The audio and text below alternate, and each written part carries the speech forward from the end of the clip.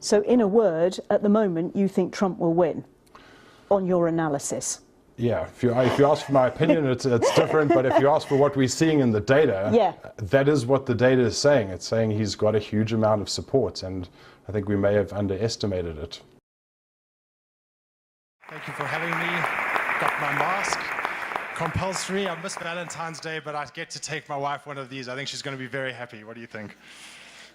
So I'm here to talk about trying to measure sentiment at scale. Our kind of mission as Brand's Eye, this is something that we've believed for a very long time, that how people feel today influences what they'll do tomorrow. And if we're able to measure that feeling or that sentiment, we can start to better understand both what they're going to do and how we can better position our products and services or policies to those people to meet them where they're at. So understanding one person is relatively easy. And I say relatively because it'll probably take a few seconds just to read this tweet to understand what is this person actually saying. So here's somebody who's calling Donald Trump on his Muslim ban or the immigration order. But the challenge with this is it's not understanding one person, it's understanding lots of people, because just talking to one person is easy, but when you're having to talk to thousands, sometimes millions of people, as is the case in an election, that's really hard. So sentiment analytics, or as we call opinion mining, we're an opinion mining company. This is an extract out of Wikipedia, and I'm just going to read it to you. Sentiment analysis, also known as opinion mining, refers to the use of NLP, or natural language processing, text analysis, and computational linguistics to identify and extract subjective information. Generally speaking, sentiment analysis aims to determine the attitude of a speaker or a writer with respect to some topic. So that's the technical description according to Wikipedia. And from our experience, opinion mining at its core is not a big data or an artificial intelligence problem. It's a human understanding problem. And unless we put that first, we're going to come out with the wrong answers. And as the speakers before me have said, we're in control of this. We don't have some other machine building these machines for us. We are building these machines to try and help understand one another, help understand humanity, and help drive humanity forwards and not backwards. So what I want to give you here is just an example of a tweet from a pilot that we did for Disney. Now I'm going to read these two tweets to you. I'm going to have to turn around because it's a bit small down there. In other news, it took everything in me not to get up and dance in the theater at Finding Dory today during the Moana trailer. All right, somebody replies to that tweet and says, same, I literally screamed Moana, then covered my mouth because I remembered I wasn't in my room. Okay, so fairly mundane conversation between two people. The reason I put it up here is just to try and give you some indication as to how difficult it is for computers to understand humans. So, and I'm looking at the very slim area of NLP. There are a lot of areas where AI is doing amazing work, but in understanding human language, as we've heard, this is actually very hard. So if we take those tweets and put them through, this is Google's NLP that they launched last year, we see in the bottom right there, Google thinks that this is a negative tweet, and likewise with the next one, same, I literally scream Moana, you can see the negative score at the bottom there, -1 with a 0.9 magnitude. So an algorithm reads this and thinks the sentiment that's contained in this text is negative. If we then look at what Watson would say as to, it also thinks it's negative, but what is the topic that it's talking about? You'll see here, let me just grab a pointer. So it's saying that this is about shopping, about homicide, and about hotels. And when you read the text, you kind of see where it's getting it from. Same, I literally screamed Moana, then covered my mouth because I remembered I wasn't in my room. So a computer reads this and thinks somebody's getting murdered. It's about homicide. And it's comical to look at it like that, but if we're trying to use computers to understand people, quite often it comes up with the wrong answer. And there are lots of humorous stories like that. But unless we pay attention kind of to the inputs that are going into these machines, we need to be careful as to how we use the outputs of those machines in trying to understand what's driving human behavior. And we're going to talk about a few of those examples. So this is what came out of our system, which says, actually this tweet is happy, and it's about the soundtrack. Bearing in mind, nobody's mentioned the soundtrack. And the reason we can get to that kind of correct understanding of what's driving the positive sentiment is because of the way in which our technology works, where we have real people that read this and then understand it. It's not rocket science for us, but it's really just somebody reads it and they understand this person's excited about the soundtrack. So this is what Brand's Eye does, is try and understand at large what is driving popular sentiment. And the reason I use those examples of how at least AI needs humans, because if left alone in the kind of NLP world, a computer will come up with the wrong answer. And in the algorithms, which probably everybody here is familiar with using, they require constant training. And you'll know if you've used any kind of system to try and understand sentiment, you as the user have to go in and manually code the data that you're seeing to be able to give the computer a framework to understand, or the training data to understand what's driving that sentiment or how to understand it. We've taken a different approach, and this is important because it helps understand how we manage to predict the US elections and Brexit as well, in that we use a combination of both machine learning and crowdsourcing. So let me talk a little bit about the crowdsourcing. As we ingest data from different platforms, it can be from Twitter, it can be from internal systems within an organization, as we understand, or at least try and understand unstructured data, a portion of that data gets sent to people. These are real humans, not AI bots. These are people around the world who earn money on our platform to help us understand sentiment. So these raters get asked 3 questions. Is this relevant to the US elections? What's the sentiment towards Trump or towards Clinton? And what's driving that sentiment? And this happens across thousands of people around the world. I think we've got crowds now in 17 languages, and that's kind of growing every month with, as we kind of invest into that part of our business. But essentially by doing it that way, we can listen to a conversation from Mexico, listen to what people are saying about the upcoming elections. And because we have Spanish-speaking people, local Mexicans who work on our crowd, they're processing that data, which creates the data set both at a local language level, but almost more importantly, at a local context level, relevant to the elections. And that's something that's very difficult to achieve in the world of machine learning, and the academics here hopefully will bear me out. Just creating those data sets is incredibly hard. And the magic of what we've done is be able to scale that around the world by using people to help train the machines. So getting people to do what people are great at and getting machines to do what machines are great at. So essentially by using this crowdsourcing approach, we're able to look at who's speaking, why do they feel the way that they feel, and what are they talking about. And that gives us this very high degree of accuracy, which essentially lets us get to this point. Now, this is just a screenshot from our app, which shows how we structure unstructured data. So I think we're listening to Pizza Hut in the UK here, we'll use people to annotate that data to be able to show when people speak emotively, either positively or negatively about Pizza Hut, the thing that's driving sentiment on a macro scale is customer service, products and services, purchasing decisions. But we can then drill down deeper into that to see when it's a customer service issue, what are the big issues? Well, it's turnaround time, it's delivery, and so we can go on. And being able to then map how that sentiment shifts over time at a micro topic level means for a brand or a politician or a government, you can start measuring why are people experiencing what they're experiencing and how is that shifting over time.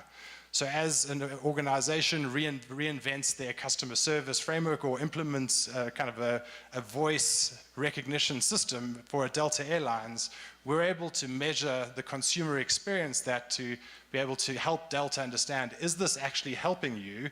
Where are the pain points for your customers? And how do you then modify to be able to make that better? Right, so where accuracy matters, that's been our pursuit, because what we're able to produce is accurate data. But for a long time, nobody cared about the fact that we could produce accurate sentiment data. And so we started looking for these opportunities. And one that came up very soon was Brexit. Everyone will know this, what the media was reporting, and these are some kind of snippets, is just showing that the Remain campaign seemed to have a compelling lead in the polls, and that it was very unlikely that the Leave campaign was going to win. In the week prior to the referendum, we saw something very different in the data. And this is just showing you exactly what we had in our reports. It's not pretty, but this is how we viewed it. We saw on the 20th of June, the referendum happened on I think it was the 23rd or the 24th. In the week prior to it, we saw a lot of support for leave, and that seemed bizarre. And I remember I went on TV that week and was speaking on CNBC, and they said, what are you seeing? And we're saying, well, we're seeing a lot of support for leave. And they laughed at me on TV saying, well, that's just bizarre. What does social media know about elections? And we didn't actually know any better, because we're not a political polling agency. We're not a political science company. We're a data company, and we can only report on what we see in the data. And this is what we were seeing, that in aggregate, 57% of people in the UK were saying leave. And it wasn't just looking at overall. Actually, when we drill down to the individual towns and cities, we could see this distinction between the major cities voting remain and the outlying regions voting leave. And that was fascinating, because it helped us understand that, hang on, maybe social media has come of age, and that this is a great source of helping to understand both how people feel and what they're going to do into the future.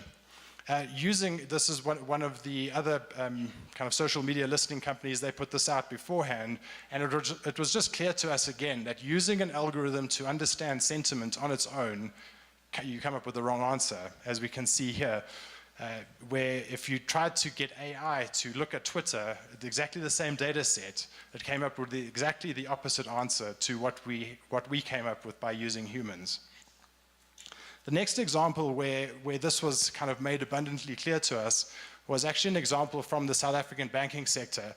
As we were trying to figure out what does the sentiment data mean, we started seeing something very interesting 2 years ago, where the leading bank in South Africa was a bank called FNB, had the best marketing campaigns, really great at customer service, very quick at responding on social media.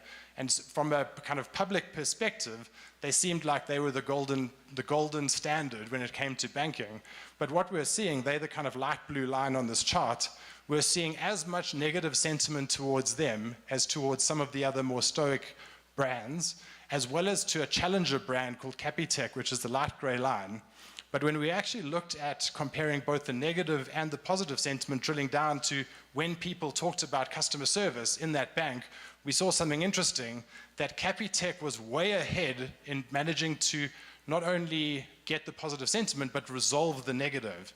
And that was key. And when we saw this, we went to FNB and said, we think that you're going to lose customers because you're not managing to convert the negative sentiment into positive, and there's a gap between what you've promised your customers versus what they're experiencing, and we could measure that. And Capitec doesn't have that gap. That gap is much smaller for them. And so, they laughed at us. What does social media know about this? Fast forward 18 months, and the kind of market share results come out, and FNB was the only bank over that time period that lost customers. Capitec was winning 100,000 customers a month, and now it's at 130,000 customers a month. They're one of our clients. And this to us was fascinating. It was a clear example again of how people felt translated into what they did, and because the brand didn't understand what was driving that sentiment, they didn't know that they actually had a problem that they were unaware of. And again, like I'm preaching to the choir here, because this is exactly what happened in the US elections, which is my kind of second to last example, where we were looking at the data. This is now November last year, and as you'll know, coming out of the Congress, at least the conventions, Clinton was way ahead in the polls. And even right up to 2 weeks before the election, Clinton was way ahead in the polls. I think most of the polls were giving Trump like a 0.3% chance of winning. It was a minuscule amount because the polling was saying something else. When we looked at it, this is what we saw. So let me just explain what the data is here. This is coming out of the convention where Clinton was way ahead. So August through to the beginning of September. And over that month, we saw the race kind of radically narrow, all right? And it's important to just make a point here, in that was Clinton 83% or 84% ahead? No, but what we see social media represents, particularly when we look at sentiment, is that it exaggerates how people feel. Because it's measuring this raw, unsolicited emotion, and nobody's going out there and asking a question to say, tell us how you feel about the US elections. It's just people sharing it of their own volition. It means we can measure this kind of emotion, that raw emotion that exists. And when we saw this, we thought, hang on, we've seen this movie before in Brexit, we need to start watching this a little bit more closely. And so from there, over the next 2 months, we saw the kind of inverse happen of what the polls were showing, and this slide kind of captures it. Let me just explain to you what's happening here. So this top line here is pro-Trump or anti-Clinton sentiment, because as you'll know, the US elections was about the lesser of two evils that people were choosing. And so it wasn't about who did people like, it was who did people not like. And so we needed to take that into account in our sentiment tracking. And we saw, this is over the kind of the email scandal that happened, we saw her lose a lot of ground, and she battled to gain it. The polls were showing the inverse of it. But when we saw this, that's when we realized ahead of the elections, and I think why I went on to BBC to talk about it, because we needed to be able to say, to bring a different perspective to what the polls are saying, to be able to say, hang on, we think you're missing an important element here, which is this raw emotion that exists across the US. And again, it wasn't just in aggregate, because as you'll know, if you got it right in aggregate in the US, you got it wrong in the elections, because Clinton won the popular vote. So we needed to be right at a state level. So this is then measuring sentiment down at a state level, where we looked at, of the 47 million conversations that happened, we distilled that down to what is happening in each state, and then we'll take a statistically significant sample each week from each state, put it through our crowd, and then the crowd answers the question, is this somebody who's pro-Clinton or anti-Trump? And we could measure that sentiment. And what we saw was in every single one of the swing states, in the months, in the 6 weeks prior to the election, he was way ahead. And it was, hang on, this is shocking that he could be this way ahead. And only in Nevada and New Hampshire, the red line is a weighted average that we used in our kind of predictive polling, if you like. And those are the only two states where we saw her kind of just pip it in the end. But when we looked at the results, we got 9 out of the 11 states right. Which for us was quite remarkable, because again, we know nothing about politics. All we know how to do is how to measure sentiment. And just by measuring sentiment, we were able to tell the world and help people understand which way the vote was going to go. The 538 is Nate Silver, who is famous for getting all of the previous elections right. But something's shifted over the last few years, and it's important to recognize that in the models that are being built. Okay, last example, the US immigration, the wall. So I got our team ahead. If I'm coming to Mexico, I can't not speak about the wall. As a South African, I can make jokes about it. So what's interesting here, and I'm going to ask for some input. What percentage, you're not allowed to answer because I've told you, what percentage of people in the US would you say are pro the wall on social media? 55, 30, 40, 60. Look at this. 9%. 9%. 4% more than Canada. Just let that sink in. 4% more than Canada. So is that what is actually, if you had to, and the polls are showing again something totally different. They're saying 45%, 55, you know, the different numbers that are coming out, but a lot of the polling that's happening now is showing how much support Trump has for the wall. We are not seeing that on social media.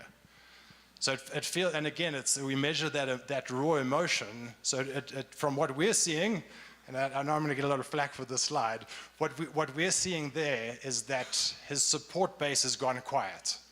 Either they've gone quiet because they're smug, or they've gone quiet because they're not sure. Either way, they've stopped talking, and usually that's an indication that something's going to change from what we see, because how people feel today influences what they do tomorrow, and this is what they're feeling today. If we look at the the immigration ban, or the immigration order that was signed, 1% of Americans are in favor of the immigration ban on social media. 1%. It's remarkable, isn't it? Because that's not the story that you hear, and certainly as in kind of the social media echo chambers that we live, this is not the kinds of stuff that certainly that I see in my news feeds. You always have this impression that it's something else, which is the beauty of kind of big social data when the sentiment's accurate. So I think the next couple of months are going to be very, very interesting to watch this play out. Thank you very much.